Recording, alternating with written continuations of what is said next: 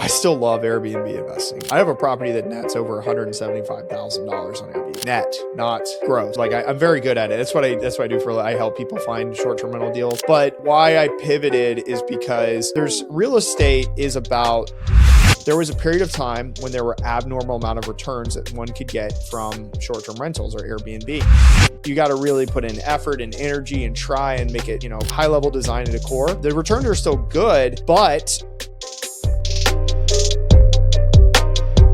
what's going on, everybody? Welcome to another episode of the Commercial Real Estate Blueprint Podcast. I'm super excited for today's guest, Kenny Bedwell. He is just found out before recording. He's just a couple miles away from me. He's in Raleigh, which is awesome. And he focused on previously short-term rentals and now has started getting into the boutique hotel game, which is something that's exciting to me. A lot of people are talking about it right now. It's pretty popular. And so it'll be really cool to pick your brain on that. But yeah, thanks for coming on the show, man. I really appreciate it. Yeah, thanks for having me, Graham. I'm excited to be here and share my knowledge. Yeah, absolutely, man. So for people who don't know much about you, you were giving me a little insight before we started recording, but tell the people how you got into real estate and how you got to where you're at right now. Kind of give us the backstory. Yeah, so I started investing in real estate in 2017. At the time, I worked at Citibank. I was a data analyst and focused in the equities market and corporate 9 to 5. I always wanted to get into real estate investing as a side hustle. At the time, I was paying attention to bigger pockets. And so I was all about, buy multifamilies and get the doors and scale and do all that. And so I started buying duplexes where I lived in Buffalo, New York. And I met this random guy and he was like, dude, you should put that on Airbnb. You'll make more money. And I used Airbnb. And so my wife and I were like, let's give it a shot. And we tried it and we did. We made 3 times what we made as long-term rentals. And so I started growing my portfolio from there. And then recently, as I've expanded. I have property in New York, North Carolina, and I have a short-term rental like in Asheville, and Kentucky, Texas, Arizona. And then recently I decided to expand my portfolio and focus more on the appreciation side, which we'll talk about in a second, and go into boutique hotel investing. And so I have a hotel in New Orleans, Louisiana. That's awesome, man. So I'm curious, a lot of people, they start very similar to you. Me and Jesse started in residential world as well. We bought a duplex.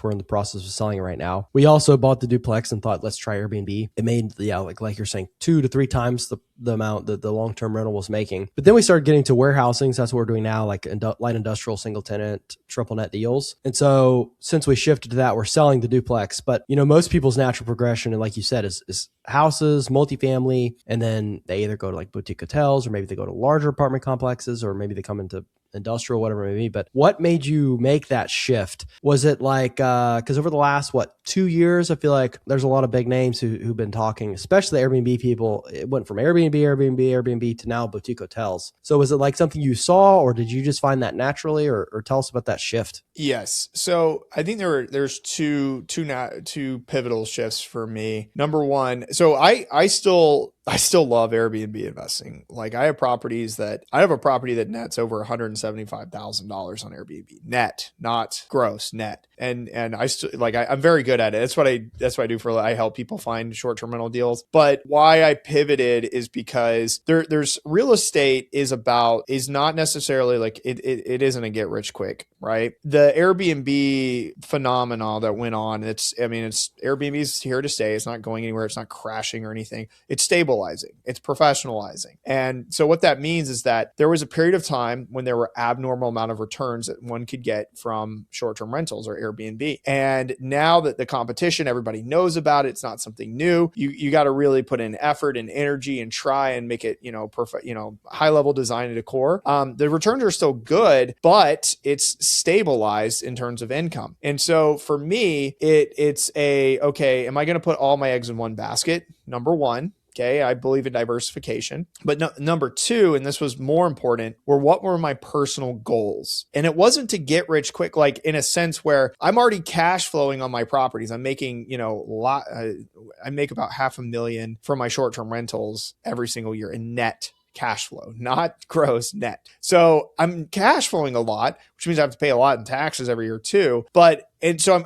and I would call that cash flow like kind of getting rich quick, because you're getting that like that pocket or that money every in your pocket every single month and year. But the next thing, the next level, and this is the high level thing, and this is probably, Graham, what you guys are doing too, is you want to build wealth. That's the plan. That's really what real estate is about, is building wealth. And so with short-term rentals, because they're what we consider traded at residential values, you're not getting all this appreciation from them just because you make this income. I can't sell my Bourbon Trail property that I bought for $1 million that's netting me $175,000 a year. I can't sell that for $2 million because of the amount of money that it's making. Okay, because it won't appraise at $2 million, because you don't trade. It's short-term rentals are considered residential real estate, and they don't trade on a cap. And so for me, this realization hit me about a year and a half ago, where it's like, I'm ready to now build wealth through appreciation in buying and holding and focusing on that stuff. And so what does that look like? I need to look at commercial real estate. And in our space, a big hyped up thing are boutique hotel investing. There's also micro resorts. There's more like luxury style short-term rentals as well. There's a couple things you can get into in the commercial space and short-term rentals, but I chose to try out the boutique world. And so I bought and we can get into those details in a second, and I'll pause, but I decided it was more about appreciation rather than just purely chasing cash flow.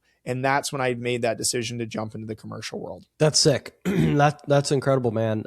It's a good position to be in, because like from my perspective, right, we did one Airbnb, right? It was a duplex that was one. So it was a duplex with 2 units. So we had 2 technically, but that's not enough to, be making $500,000 in cash flow. So then we jumped to the commercial, where you can make good cash flow and you can do it quickly, but not that level, unless you just had a really good deal, which is possible. But so long story short, what I'm saying is you have the cash flow support to then go into commercial real estate and then wait out the long-term game, which is the wealth, which is awesome. And a lot of people don't get that. They'll either go from residential to commercial, and then, commercial takes time. I've heard a lot of people say it's like year 5 or 6 where you can get some life-changing cash flow. Like, don't get me wrong, we have cash flow now, but it's not to that level. So I want to pause real quick and just go back for people listening who maybe they want to take the same approach. They want to get their feet wet, because I'd imagine running Airbnbs does help probably tremendously in the boutique hotel world, at least with the operational level. So to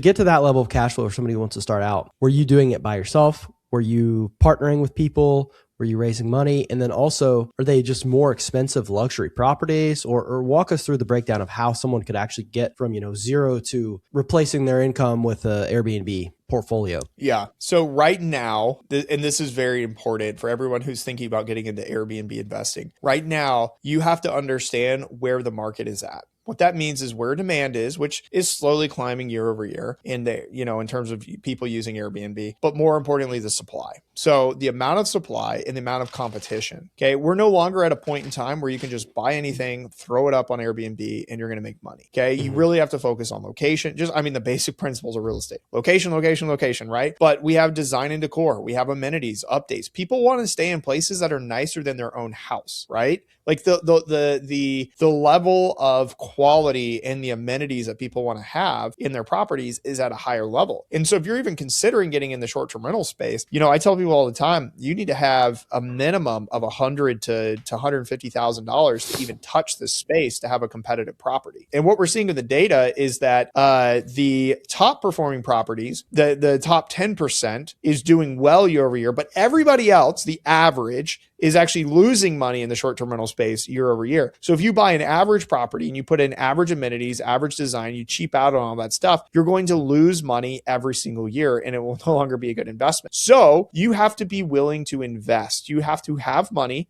And if you don't have enough money, then I tell people save or invest in something different, because you have to be willing to invest into the property, update the property, and put in the big time amenities. The properties that I have, I'm not saying you have to do exactly what I have, but I'm pretty big. They're like 8-9 bedroom properties, and they have pickleball courts and we have 2 hot tubs and heated pools and converted garages into game room. And theater rooms and yoga studios and gyms and ponds and that are stocked with fish.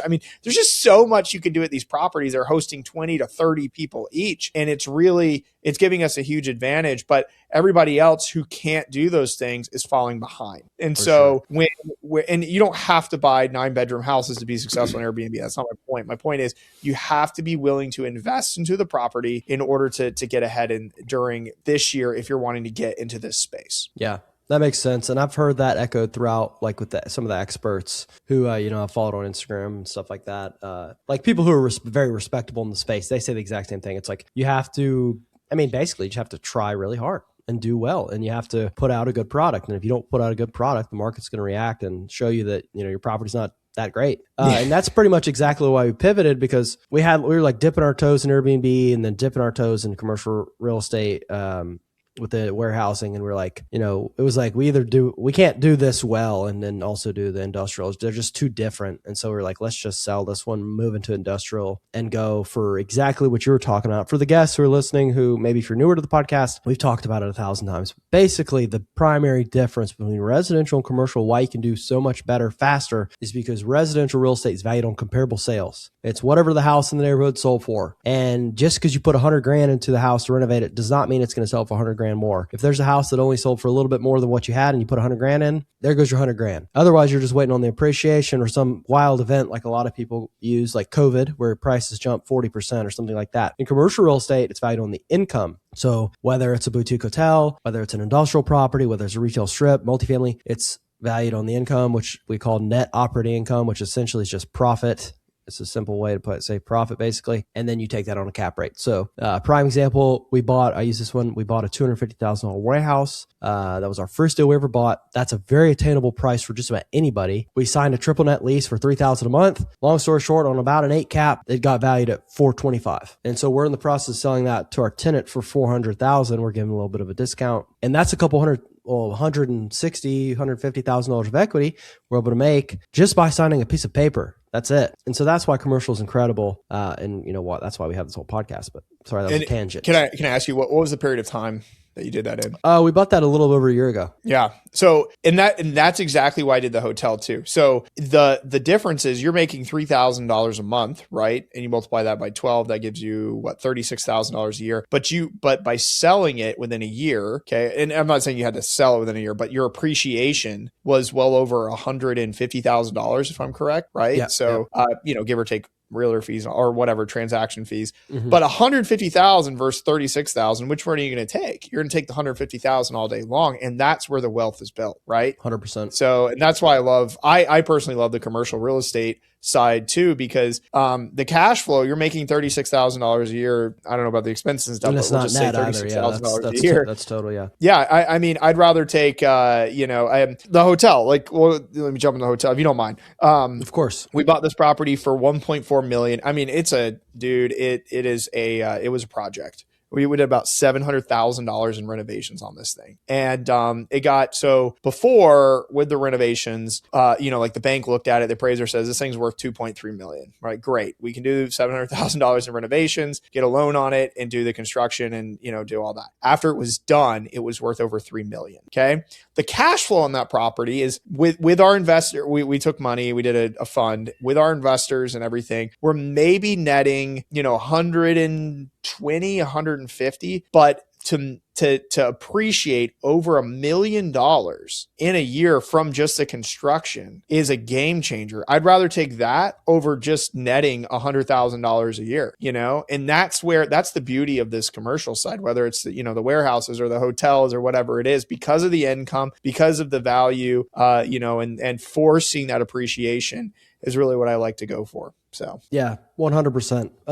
The mastermind group we're in is called Commercial Academy. And that's actually where Jess is at right now. He flew there this morning, but they have a saying that says, it takes one deal one time to change your life forever. It's like, how many deals making $1 million do you need to do to change your life substantially? And, people think it's like some super rarity, but people do it all the time consistently. And if it's not $1 million, they're still making $200,000, $300,000, $400,000. It's really, it takes time to get into the game, but it's not rocket science by any means. No, and personally, I don't. So the money, sure, the money's great. Wow, that's a lot of money for people who don't have it. They're like, wow, that's a lot. That would change my life. It's not the money that changes your life. It's your mindset that gets changes that changes your life, right? It's when you do it and it's that realization, that click, that wow, I just did that, and that's all I had to do. Now there's obviously like blood, sweat, and tears that go into it. It's not that simple, but overall though, like when you do it though, you're like, I didn't need some crazy college degree to figure that out, or I didn't need to take like have a really crazy high IQ to be able to do this, and that's, in my opinion, that's the life-changing part. Because sure, the money's great, but you're going to go do it. You're going to want to do it again and again and again. And I think that's where you realize you can do it and you have now confidence. That's where the magic happens. 100%, man. So I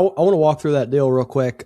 Just run us through well, I guess we'll start with this. Where'd you find it? Was it on the market? Was it off market? Was it broker? What? Yeah, so it went on the market briefly, but we had an agent reach out to a friend of mine. It's all networking. The best deals are all like referral based, pretty much. But so it's this person reached out to this person, and they brought it to me, and they're like, "Hey, this is a really good opportunity." Now, this is in downtown New Orleans near the French Quarter. I don't live there. I'd actually never been to New Orleans before this property. So like I was like, I don't know anything about this, but I was in the market to buy a hotel and know how to evaluate and run the numbers on them. But so this person, a broker, sends it to this person, this local real estate investor who I'm friends with, and they send it to me, and they're like, "Kenny, this is a really good opportunity.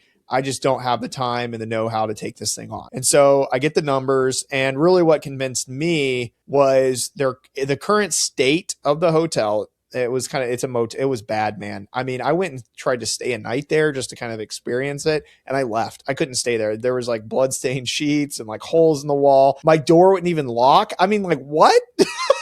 Like this is downtown New Orleans, which is not known for low crime. Like it is sketchy down there, and even near the quarter. And so, long story short, I was like, I'm not staying here. I called a friend and went and stayed at their house somewhere else. But that property, so the guy was trying to sell it for 1.4 million, and it was doing over $500,000 in gross income. And I'm like, this is a crack house almost, like they're obviously like selling drugs and, whatever, but it was the location of it was so good. And so it needed somebody with vision. And so I picked up on that, ran some of the numbers. We're expecting to do about 750,000 our first year in gross revenue on that place. Granted, there's all these expenses and stuff we can talk about, but just that increase alone by improving the quality of it, from the construction basis, it's just about getting the right team. So that was a part of it. Then the contractor, knowing my friend had a really good contractor that she was friends with and uses for her stuff, and so we could get better deals, and the guy's trustworthy, which is a huge part of this. So that kind of stacking onto the numbers and the process, we were able to work with a local bank that knew that hotel and knew that deal, and so they were the terms were actually pretty competitive. Like there was just thing after thing that made it where it was like, hey, this is going to be doable for me to take down in a state I don't even live in, or an area I don't even know yet. So that's where it kind of got started. So that's awesome, man. That's awesome. And I was actually going to ask you about that. A lot of there's a lot of masterminds specifically talking about boutique hotels. So are you involved in anything like that? Not yet. One of the biggest mistakes I see people do in this space, and this just is my experience, a lot of people who it sounds really cool to own a hotel. It sounds awesome. It sounds like, wow. Like when I tell people I own a hotel, they're like, wow, you must be like rolling in it. And it's like, you can really F up a good hotel deal. Like it is so easy. There's a lot of bad deals out there. And I know a lot of people, after talking to folks and shopping some masterminds, learning about their deals, because I know how to underwrite the number. I'm a data person. And so like I hear their numbers and I'm like, you bought that to strictly cash flow and there's no appreciation there. And you're kind of stuck in this world where you own like a $3 million asset that's making maybe like $50,000 a year. Like that's not impressive to me. Like why that's actually kind of a bad deal. Like what was the point of that? And it was more about the getting the doors method, which goes back to like long-term rentals, like getting more doors is how you, like amass wealth and cash flow, which is not in the hospitality world. That is not what we try to do. We go for quality over quantity. And so, there's a lot of people, there's a lot of hype around boutique hotels, but there aren't many good boutique hotel deals out there. And a lot of people are buying bad deals for the sake of buying deals. And so I've been shopping. It's really hard to find people who actually know what they're talking about. They do exist, but there's a lot of sunshine pumping or rainbow pumping or whatever you want to call it out there. And so got to be careful. And I'm just very numbers oriented. So Blake Daly, he's got a group, and he's pretty knowledgeable and has really good experience. And Mike Sjogren as well. I know him very well from STR Secrets. He has hotels. They have really good experience with it. And I've been able to kind of chat with them behind doors about like the reality of, boutique hotel investing. And they're pretty real. And that's kind of what I look for. So, but yeah, I know a lot of these guys, and eventually will pick something to join at some point. But I don't know if I'd ever start my own thing though. So. Yeah, for sure. Blake Daly, I've seen him on Instagram, listened to podcasts with him. He seems like a good guy for sure. We had Rich Summers on the podcast as one of the first guests. He's a good guy too. I believe he has a boutique hotel mastermind. And then the one we're in, Commercial Academy, there's not a lot of boutique hotel people, but it's very legit. There's everybody in the room has a decently large portfolio. We're definitely like the smallest fish in there. And that's what you want to do. Yeah, that's what you want to do. And that was my thing. It's like you want to be, when you join a mastermind or group, you want like-minded individuals, but you also want to be the small fish, amongst the big fish, because I believe in the law of attraction. Right. So the people, like if you want to get pushed, surround yourself by people who are at a higher level than you. Be around those people because they will push you to the next level. They make it look easy. And then it's because a lot of this is just confidence. It's not like, it's risk, right? Like, oh, what's the risk of doing this? I'm really scared. I don't want to bankrupt myself. But then you see someone else doing it again and again and again. And you're like, well, maybe it's just a mindset, a hurdle or a block. And really that starts with surrounding yourself. So, good for you guys being in those kind of groups where you're not like, that's the struggle I have is I go in these groups and people are, they kind of brag about where they're at and you're like, wow, you're in a pretty good place. And I'm kind of like, why are you here? Is it just to show off, or are you here to learn and to grow? And so, and I believe that's the magic of masterminds that they can bring. So for sure. And two, it seems like, at least from what I've seen, like being in a couple different ones over the years, most of the time you get in there and even if you don't have a lot of experience, you're not the newest person. Like most of the people are like newbies and they're just there to learn. They don't really take any action at all. And everybody's just kind of like sitting back, kind of scared. And it's like, you don't want to be in that kind of room because you're not going to gain anything. And you don't want to be the person who knows like almost as much as the person teaching the class. Like you said, it's so important to be like the bottom of the bottom, which is where we're at. And so, yeah, I'm very excited. But I was going to ask you, so you were talking a little bit about, you said you did a fund. So walk us through the capital stack on that deal and how you broke everything down. And you said you did $700,000 in renovations. And I think you mentioned having a bank note there. So walk us through how you structured it all. Okay. We did do a fund. So I have zero money into that deal. So I'm a general partner. I have a business partner we did this with. So there's two general partners and we structured a fund where we could take on investments. So we did section. There's like a B and a C, and I think we did a B, the one where you can broadcast legally, like market the fund out. Basically, we can take investors, accredited investors, and so we took 900,000 in funds, investment funds from folks to cover the down payment, closing costs, and then renovation. So the way the loan worked with the bank, so we had found a bank who's going to lend on this because we weren't going to pay all cash. That would be $2.3 million in cash that we need for the whole deal, and that's just insane.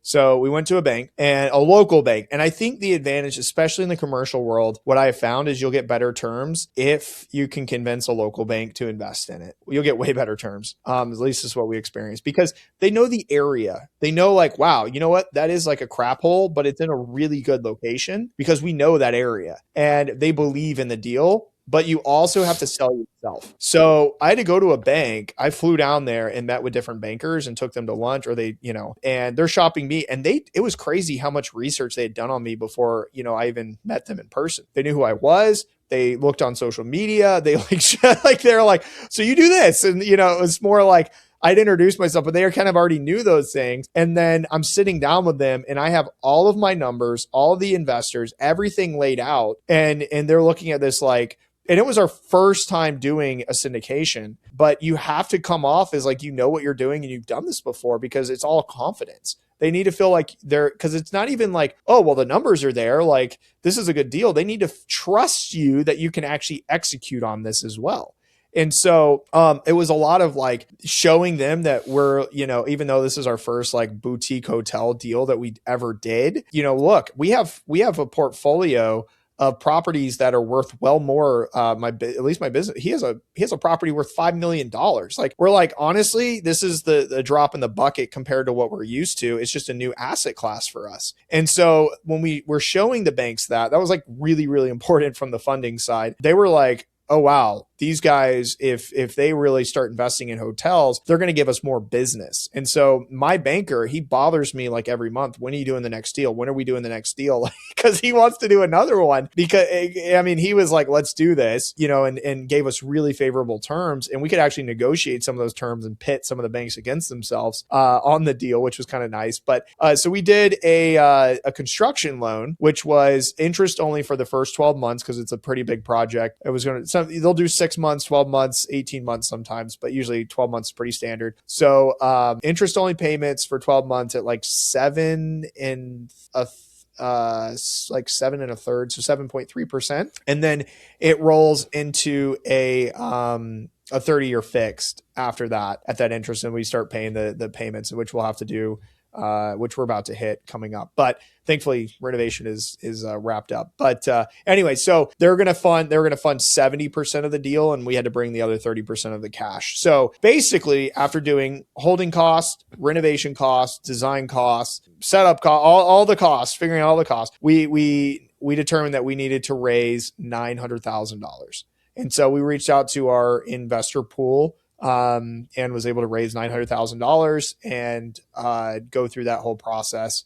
And so we have that fund set up legally. That was a whole adventure we can talk about if you want. And then so our investors, in terms of what they actually get, so we gave them I need to make sure this is right. I think we gave them a 12% pref rate of return, meaning like they get 12% return on investment until we can pay them back. And then once we pay them back, they get an 8%. And then the cash flow would split 60-40. So once we pay them back, we get 60% of the cash flow, and they get the other 40% until, we decide to sell the property. So the plan is we launch this year. Okay. When we refinance, we need to have at least one tax return. So we can't refi until 2027. So in 2027, we'll refinance the property to hopefully pay off our investors. So now the general partners are getting the majority of the cash flow. The investors are still getting their 8%. And then we get the rest of the plus 40 on top, or plus the 40 on top. Yep. So and then when we sell the property, probably in 2 or 3 more years, the plan is like 5-year timeline here. So after the refi, we'll be in for 2 years, and then 2 to 3 more years, we'll hit that 5-year timeline. We sell the property. That's where we'll amass all of our wealth. So we should, I don't know. I don't know what the future holds, but there was a hotel that sold near us. So it's just a 14 unit. It's not very big. 14 unit boutique hotel. There was a 9-bedroom that sold a block away for $4 million last month. And I was that's like, awesome. Dang. And I'm like, awesome. Like we didn't really have a lot of like we were kind of like, we think it's going to be around here, but like we got to do 5 years. We got to get some income, show consistency. But that selling at $4 million, and it was nice, but we've made ours is also pretty nice too. So, but anyway, I'm excited about it, but it is a buy and hold. Like the cash flow is not great. It went from my side. Like what I get paid out is like virtually nothing right now. I'm investing everything in now, time and energy and effort, and managing these people's funds essentially. And then in 5 years, that's where I'm looking for my payout. But that's where I'm at personally in my life to handle those types of deals, because I have all the cash flow from the other properties. So That's incredible, man. So I got two questions for you. One, boutique hotels, when people are looking at them, do they typically view it like on a per door, like multifamily, like, oh, this is 100K per door, or they call it key, right? Is that how people typically look at pricing? I mean, obviously I know like you underwrite everything, but like general off the rip, like are people looking at a per door basis? not really. Like the performers that we use, they're looking at, I mean, I don't know. I mean, it depends, but it's kind of just like looking at the NOI and the cap rate to Mm-hmm. see. The per key thing, man, that's like big. I see that more with like, more what they call, flag hotels, which are like your brand, like your Mm-hmm. Marriott's and your Yeah. Hilton's and stuff. Like they will look at a per key basis because it's a little more like you're looking at 100, 100 plus rooms. The boutique side is, in my opinion, a little different because it's almost, it is running like a small business, essentially like a mom and pop shop, because it's not like branded per se, like this flag brand across the entire country. And so, you can look at it per key, but I just don't think it would be as like clean or as accurate as looking at maybe like what's your cap rate or your NOI for just the deal itself. So, Got it. and there's Okay. just a lot less rooms, Yeah, that makes sense. So Okay. The other thing I'm always curious about boutique hotels because it's like shiny object syndrome. You hear about them, you want to invest on them. Uh, yeah, but how do you handle the management side? Because I yeah, assume, it's extremely management intensive. That's one of the downsides. The upside is that you can, the more management you're putting in, typically there's a higher cap rate. So you could compress the cap rate and have a bigger exit. But are you doing a lot of the day-to-day stuff? Are you setting up with VAs or now with AI and stuff? I imagine there's a lot of stuff you're automating through AI. But walk us through how if someone were to go buy a hotel, how would they manage it and not be stressed? yeah.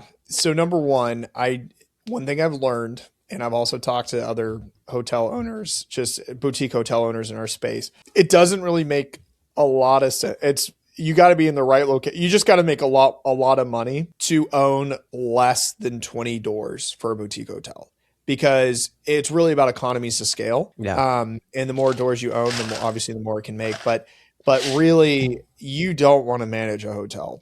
You don't want to be in the day to day. You can't, especially if you're out of state. Like, you're not gonna. How the heck are you gonna do that? And I've seen a lot of people try to do these like Airbnb hotel style ones where there's no staff. They're going in and there's, you just do the lock code or whatever. And after speaking to several like prominent people in the space that have tried that, they say they have a really hard time. Like, people, especially older people, they're not used to that. They want someone at the front desk. It's not necessarily that they need a key. It's just that they want like a level of service, and that's what they expect with hotels, like an in-person service kind of thing. And so, for my hotel, we have part-time staff, so they're there in the morning, in the evening time. We obviously have cleaners. We clean it. We do everything on site. But I mean, we have a maintenance guy, part-time maintenance guy, on call. I mean, it's kind of like we have to have part-time staff there. They're the pricing side. We have that company that does our revenue management. Our marketing, we have another company that does our marketing. So I don't have to be in the day-to-day decisions, but there are things that pop up, just like with short-term rentals, like, decisions where the owner has to step in and be like, we need to do this or this, but there is staff. And for right now, I've seen that as kind of the most feasible option. If we did have more doors, I would hire a general manager 100%. So that is the part that we have to manage ourselves, which, if you have more doors, you can do that. You can hire the general manager, at 20 plus doors, where that's a full-time position, and they're really managing and making sure the hotel is successful and growing and trying to, stay on top of that. But if not, the owner, myself, my business partner, have to take those reins on. So, Got it. Are you guys planning on, is the goal to expand in that area, or are you just looking across the country? man, that city was a pain in the butt to work with. The permitting took forever, and in the commercial space, just from my experience, I don't know about yours with warehouse. I'm not familiar with all that. But dude, we had to grease people's palms. Like, I've never in my life in any industry had to deal with so much like straight up like, yeah, we'll give you $5,000 if you can push this permit through. And they're like, okay. like just the bribery going on. And it's no, it's standard. And that might be, I mean, I've heard that's not, it's like this almost everywhere, especially in cities. But I mean, it could just take so much time to get a permit and things registered. And so you hire consultants who you pay them a fee and then they go out and they get stuff done for you. You know, I don't know how they do, well, they know people and all this good stuff. But anyway, it's that area is very, yeah, it feels very Gotham from like Batman. Like, like, okay, like you pay your, your pound of flesh and then things magically get done. So if an opportunity came up that was like, I would take it on. Like it just made so much sense. It was a no brainer. Sure, I would, because I know the area now, I have the relationships there. I would consider it. Am I actively looking there for another one? No, I'm not. So but I am looking at other places. I'm personally like, I do like the idea. So being in the short-term rental space and in the hotel space has given me a unique perspective with regulation. That's been a big piece of this. So what I mean by that is like New Orleans, for example, for whatever reason, their city hates short-term rentals. Like they don't ban them, but they've made them very strict. Like they have some very strict criteria. Whereas hotels, you got to get some permitting. You got to do a lot of stuff. You got some hoops to jump through, but it's not like the rules aren't that stupid. They're pretty straightforward. They're just like, get this inspection, do this safety thing, do this, and this. With the Airbnbs, they're like, well, you can only, only 10 people can stay in this. And, you can only host X amount of people per, like, it's just really arbitrary rules. And so what I've learned is like, don't go against the flow or the current or the sentiment in the community for either short-term rentals or boutique hotels. Like, for example, like unless it was a beach property or something like a hotel on the beach, like beachfront, I probably wouldn't buy something on the beach because short-term rentals are more favored than actually hotels there because they make more money and they pay more taxes and so on. I'm not saying that like, cities ban hotels and that's not the case, but I'm just saying like understand your competition from a regulatory standpoint. There's a lot of cities and municipalities and even some vacation markets where they've put hard restrictions on short-term rentals, which makes it favorable to own a hotel in. And those are the types of markets I'm looking in for the next one. That makes sense. Do you have any like particular ones you have your eyes on? Hotels or markets? Markets. So right now I would say, so these are areas I'm more comfortable with, but because I know them. I'm looking in northern Arizona, so like Flagstaff area, because I have a property there. Also have a property in Bourbon Trail, Kentucky. And I would do one in a heartbeat there if I found the right property. Cause I know exactly what to turn it into and how to do it. I'm also looking in, some ski markets in the northeast, because I having lived up there and understanding, yes, the taxes suck. Some of the laws and things suck, but it also discourages a lot of competition and investors. And really some of the best deals I've ever seen and personally had from a short-term rental standpoint. And also some people's hotels I know do very well up there because of just low competition, low barrier of entry. And if you jump through the hoops, if you're willing to do that, you can find great opportunities. So, I mean, yeah, those are a few of the areas. Also have my eye on like Southwest Michigan's another good area too, that I've seen some good opportunity. And man, oh man, I'm not going to lie. I would love to own something on North Carolina coast just because I live here. Yeah, that'd be sick.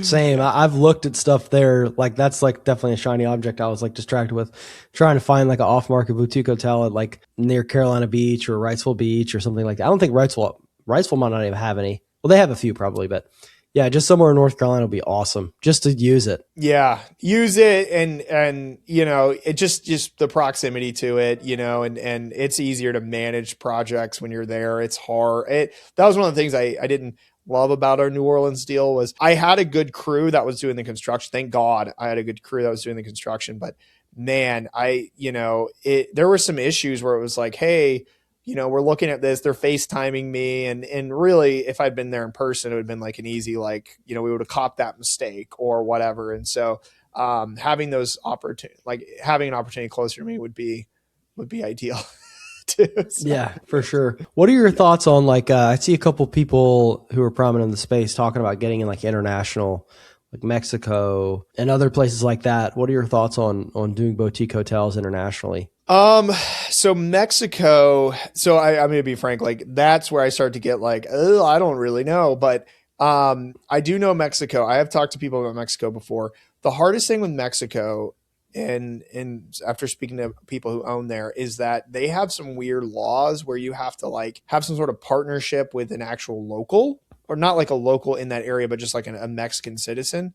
And somebody could say, well, that's not completely right, but like I've heard a lot of complaints about some of the stuff down there with that. And it's really discouraged me from like being like, oh, I'm gonna go international, maybe when I'm just like rolling in it and can take on stuff like that. But I think there's so many good opportunities locally that I don't even need to get a passport for something like that. I could just go to Disney World Epcot if I want to use. I'm just kidding. Yeah.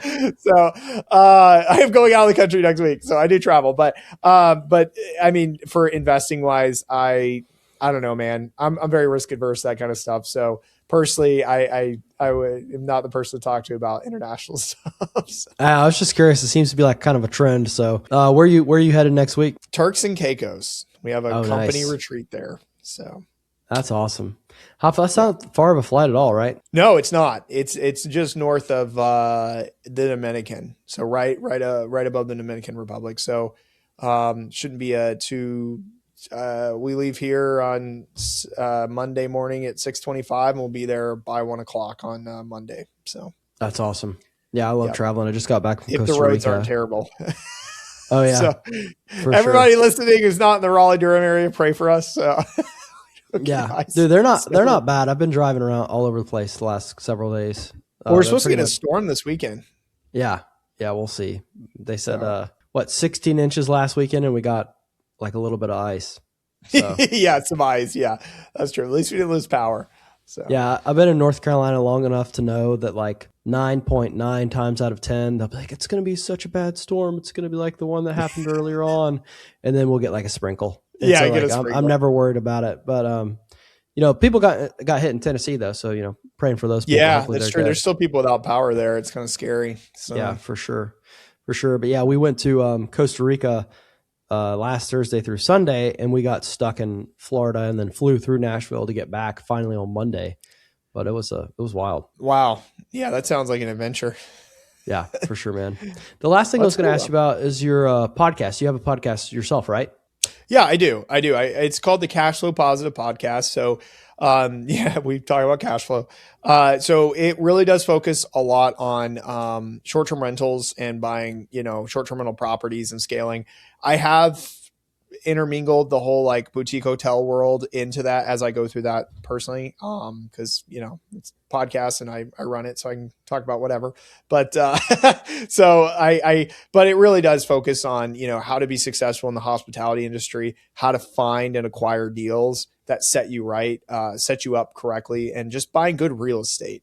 I think that's a not as talked about topic these days, where it's like people are so focused on our space, overloading properties with amenities and really trying to over amenitize things. And for me, I'm like, well, let's buy good real estate first, and then we can add the amenities next, and build true wealth rather than just trying to focus on cash flow. So Yeah, for sure, man. What made you want to start a podcast?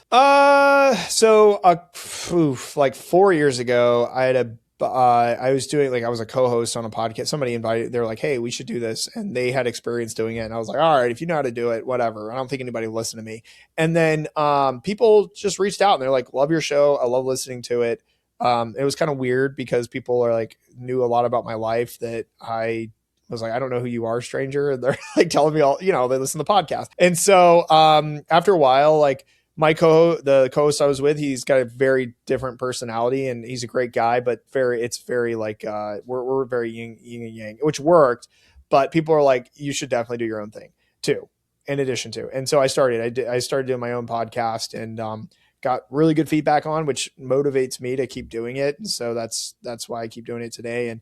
And my goal of that podcast is literally just to help people and help open their eyes and be more realistic about how to invest in real estate, particularly short-term rentals and boutique hotel investing today. So, and it's called the Cashflow Positive Podcast. That's awesome. Yeah, we started ours about a little over a year ago, and I've had good feedback as well. But we really just wanted to like open it up for people to learn with us as we went from like having a couple residential properties to trying to start buying our first commercial ones.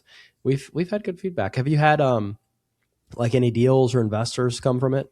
Yeah, so my company, we help people find deals, and so we have quite a few people that they listen. You know, they build that kind of, they feel like they build that rapport, and they reach out and they're like, if I have a call with them and they're like, hey, can I listen to the podcast? Like, I know they're about to be a client. So That's like awesome. it's pretty like bread and butter, and because you know they believe in the philosophy, they believe in what I'm teaching, and then now it's like, okay, let's go out and actually do it. You know. So, and That's sick. that's what I love doing, is the teaching and the consulting side. So, That's really cool, man. Well, this has been very informative, especially for people who want to get into Airbnbs and boutique hotels. If they want to find you other than the podcast, what's the best place for them to reach out? yeah, so I tell people all the time, I'm not that popular yet. So reach out to me on Instagram or Facebook at Kenny underscore Bedwell. And I post content regularly, but you can just reach out there if you have any questions, or you want to know anything about boutique hotel investing. I don't have any masterminds. I don't sell any courses on any of that stuff. So I just reach out, just ask me. I'm very realistic, and happy to help people. So Awesome. Well, you guys go check out his podcast, go check out his Instagram. And yeah, other than that, thanks for coming on the show, man. I really appreciate yeah, it. thanks for having me, Graham. Appreciate it. For sure. But we'll see you all in the next one. And yeah, see ya.